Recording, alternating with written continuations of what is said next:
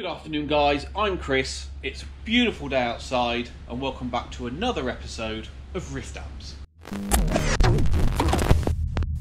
PR35 head that was a custom build for a customer, no reverb or tremolo, it's simply just volume, treble, middle, bass. Now he wanted it as a pedal platform, which is exactly what this is.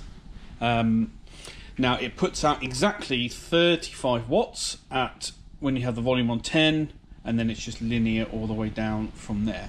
This amplifier does not overdrive on its own. There's simply not enough preamp gain to drive the output section hard, which is what the customer wanted. There is a scope inside the chassis to add another gain stage if the customer wants, so that's an option for something further down the line. But I've just got the looper running through it. All the controls we'll put them all at noon, and I'll just bring it up.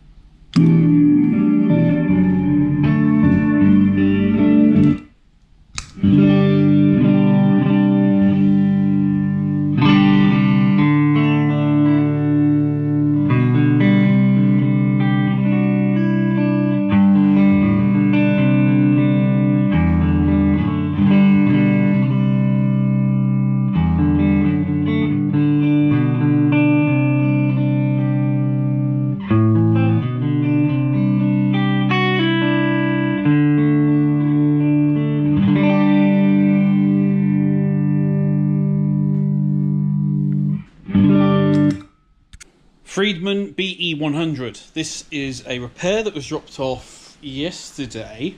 Customer has a couple of issues with it. The first one, he says that if you wiggle V2, valve number 2, one of the preamp valves, the amp cuts in and out. It's interesting.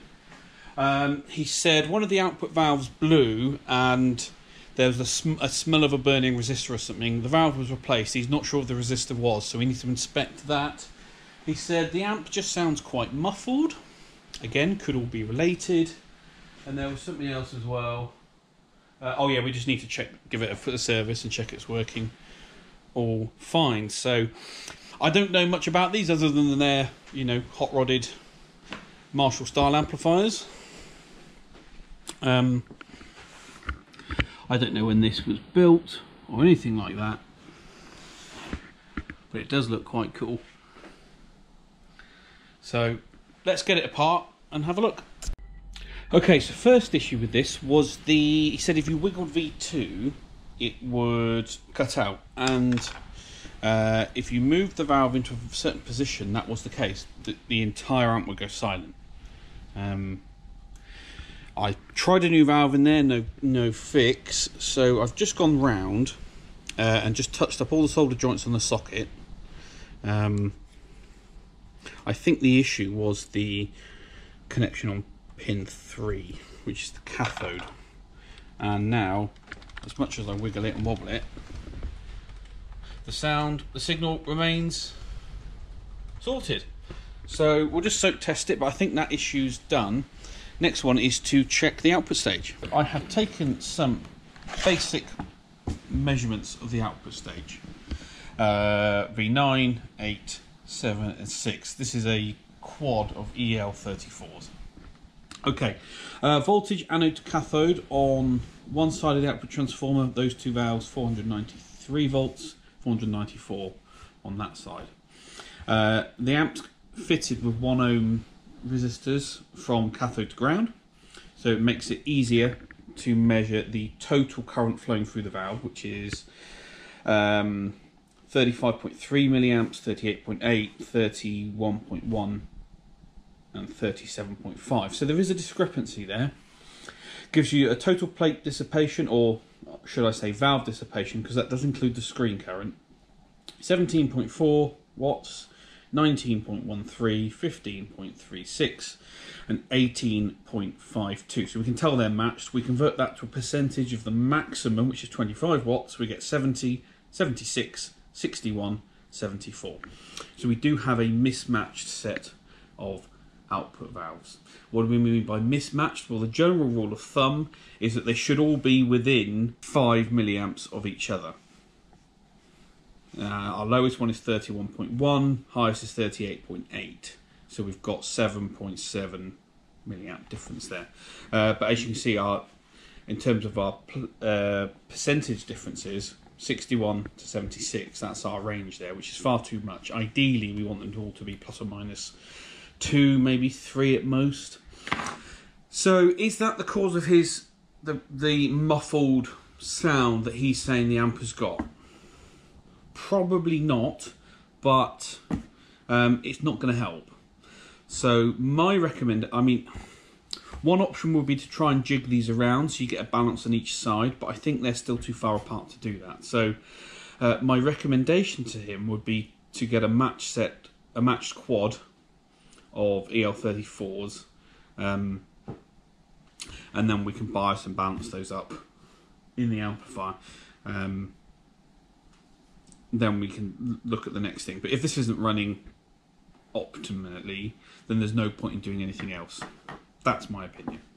So yeah, so that's how it's running as it is.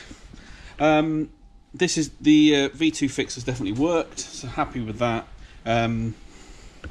He did say that this screen resistor, when a valve went last time, this screen resistor was replaced.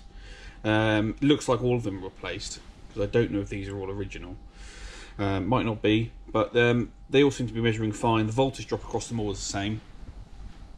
The voltage supplied to them is all the same. So I've got no concerns with this screen grids on the output valves. The amplifier is putting out 100 watts clean power, so it's not unhealthy. It's just not optimal, I think is the best way to put it. So I'm going to recommend to him a set of output valves, quick service. You know, tighten all the grounds up, things like that. Just go through it, and then he'll have to take it away and try it and see what he thinks. Right, Hawker progress. We are making good progress on the chassis. I've done a lot of the preliminary wiring first. I've done the twisties on the board and the flying leads, grounds underneath, so that will be able to drop in like so, and then I can start hooking things up where I want them. Now, a couple of things I need to consider. What were they? I've got to get the I've got to think about the mains wiring. It's got a socket on the back but switch on the front, so you've got to run wires around the side. Now,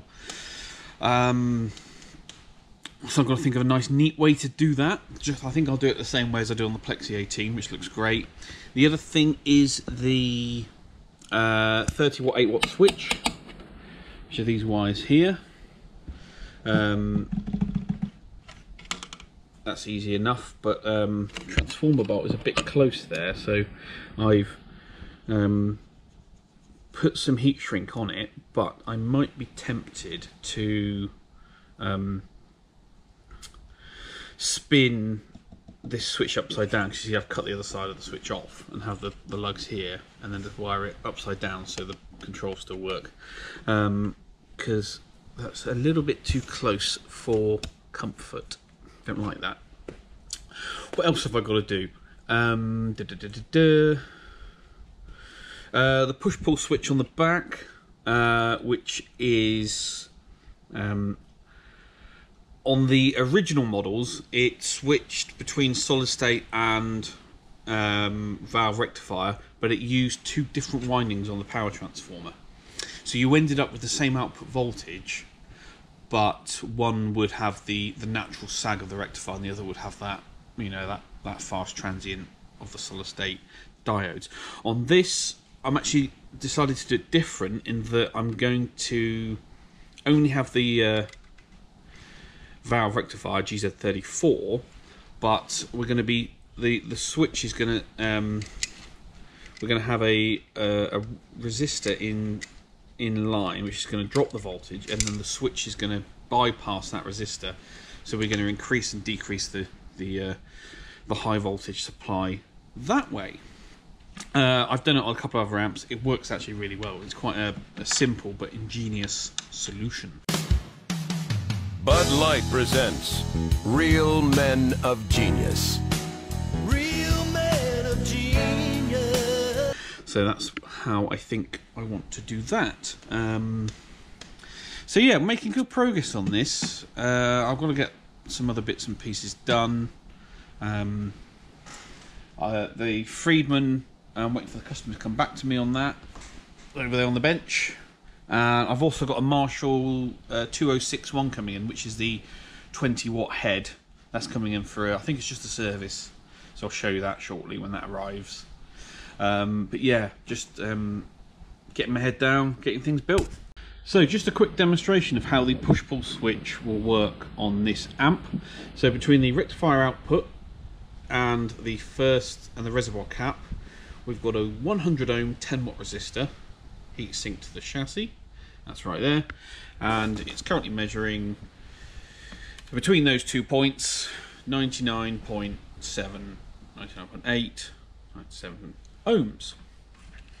So when the switch is in the pull mode, which is up in this case, that is the path that the B plus will take, and it will the resistor will drop a certain amount of voltage, lowering the B plus, giving us our pull mode. When we put the switch into the push position, we bypass that resistor. You see, we've now got the wires running up to the switch and back to that point. So you can see how I've done that. Essentially, we just put a resistor in series, and then we've got a bypass switch in place. So that's how that's going to work. When the app's up and running, we'll be able to measure exactly how much voltage we drop. We can calculate it with Ohm's law, of course. But the effect of that will change depending on how much current we're running through the output valves, of course. So once we've dialed in exactly where we want the when we dial in the operating point of the output valves based on the high voltage supply and the cathode bias resistors, and we'll do that in push mode. When we put it into pull mode and drop the voltage, we'll be able to see exactly what's going on. But there you go. Yeah, quite a simple operation, but really effective. Okay, next day, and the matched quad of JJ EL34s have arrived. We fitted them, and we've given it a soak test for an hour or so, and I've just taken all the measurements, and they are all perfectly matched to the nearest 0.1 of a milliamp in circuit. Amazing, how good's that? So yeah, I think this amp is done. I've given it a play test. It's far too loud to do on camera, I'm afraid. I haven't got the equipment to record it properly. We'll just blow the microphone out on this camera. But I think that's it done. It sounds great. It's really up to the customer for him to take it away and try it and let me know what he thinks. But I couldn't be happier with this amp. It sounds absolutely brilliant. So yeah, really, really happy. Okay, that's the Friedman done, and then we need to move on to the 20-watt Marshall that turned up yesterday. What else have I been doing? Oh yeah, still working on the Hawker.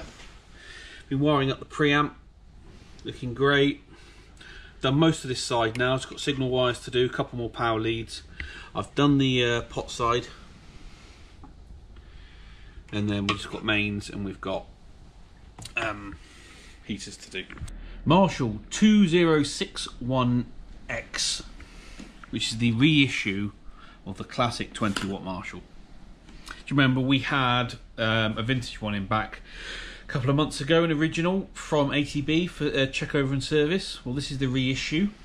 I can't remember if I've been inside the reissue or not, or at least for not a long time.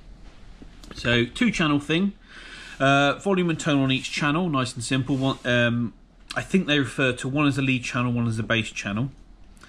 So when we open it up, we'll have a look inside and see what's going on. This one is a 2007 version, and it's in remarkably good condition. It's been really well looked after. So props to the owner. There it is, made in England, 2061X. Lead and base 20. He brought it in for service. He said he... Have a look at the notes now. Service is required. He said the low input on one of the channel is crackly, and he said he was using it at a practice on a really hot day. It got really, really hot, and then the output just dropped. So we'll have a look at that. We'll get it hot as well, see if it does anything. But yeah, really nice. Marshall small head.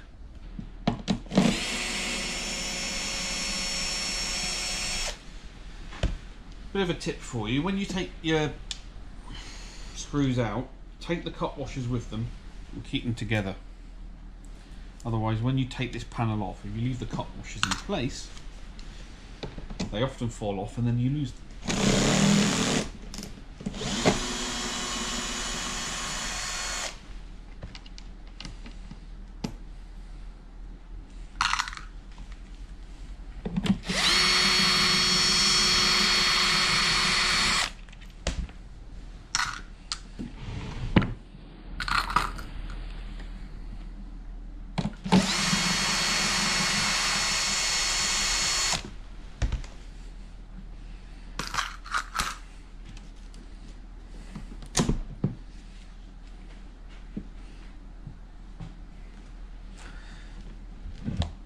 Okay, what can we see?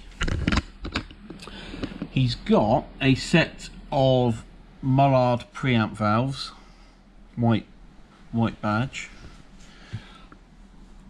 They look like JJ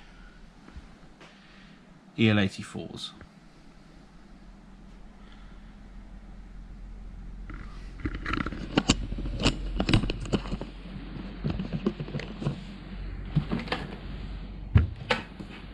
Valve shields are shoved down the side.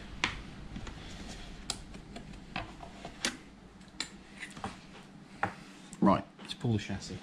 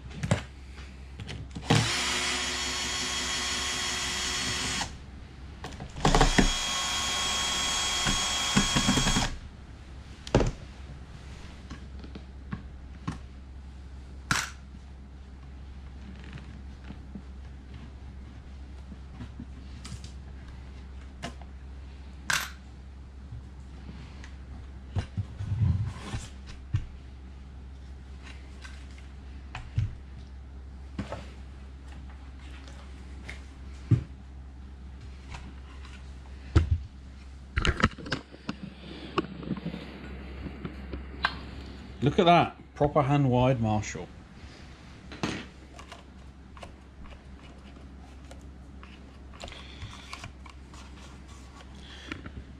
Nice APEM switch.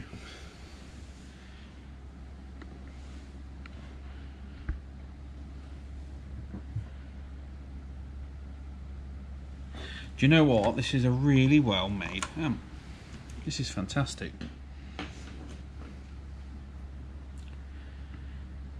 Sure, the grounding scheme could be improved slightly, but it's not bad. Nice selection of components. Everything wired as it should be. What have we got then? We've got a...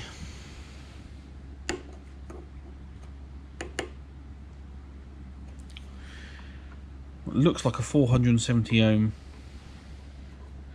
cathode bias resistor. No, that's in the high voltage supply. Here it is, 120 ohm resistor for the bias.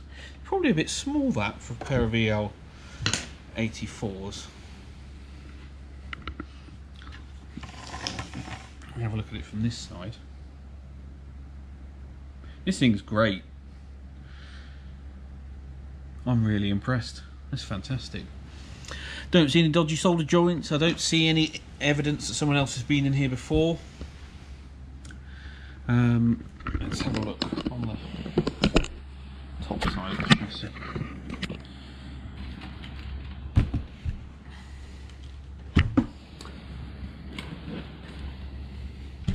This particular model was power supply done by Lindsay, tag board by Tracy, back panel by Lindsay, tested by, I can't read that, signed off by Lee.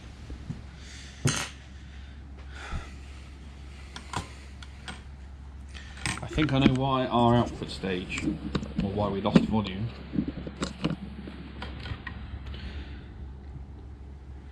That label should be bright red. These have been running extremely hot. Let's check the other one. Yep, other one's the same. Probably cooked, toasted. No good. Placements needed. Okay. Do you know what? I quite like this amp. If only it had a treble, middle and bass channel, you know. That'd certainly get it somewhere. Yeah, I'm not convinced that resistor value is right, and that's why these things are running too hot. So we'll have to. I think it's definitely going to need a new set of those. We're going to have to rebias it, check everything else out. But what a nice little amplifier! I'm very impressed. Absolutely fantastic. Right. Plan of action then. These are no good, so we'll have to fit a new set, and then we can check the bias. Check it on the oscilloscope, make sure there's nothing weird going on, clean all the inputs, tighten all the sockets, usual service stuff. Let's take some basic baseline voltage measurements, bias measurements, to see how the amp's currently running. So I've got the JJ's back in the amp. Voltage drop across the cathode resistor is 12.38, 12.39 volts, and it measures exactly 120 ohms precisely. So 12.39 wasn't it? We'll go for. So first thing we need to do is calculate. So we've got the voltage from the cathode to ground, so across that cathode resistor, 12.39 divided by 120 ohms gives us total current running through that resistor of 103.25 milliamps. It's always written in amps though, so 10325 amps. Now that's the combined current for both valves, because it's a shared cathode resistor. Okay, we've got a voltage anode to cathode of 353 volts, so we can go to calculate our current at the anode. We need to divide that one by 2 first of all, which is 0.10325 divided by 2, assuming that it's equal, is 0.051625 amps per valve, assuming they're equal. So now we can go 353 volts anode to cathode times 0.051625 gives us a plate dissipation of 18.22 watts. EL 84's maximum is 12, so divide by 12 gives us 151.8%. Really, we should be at 100. That's far too hot. No wonder they're burning up. So there we go. So how do we change the bias in this amplifier? Well, we need to increase the value of the cathode bias resistor. Now, it's not just keep increasing the value until you get there. We can actually calculate that using Ohm's law. So let's do that next.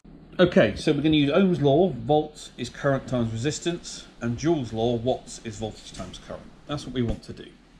So we want our maximum plate dissipation. Let's say we're going to go for 100%, which will be 12 watts, which is the maximum for an EL 84. Okay.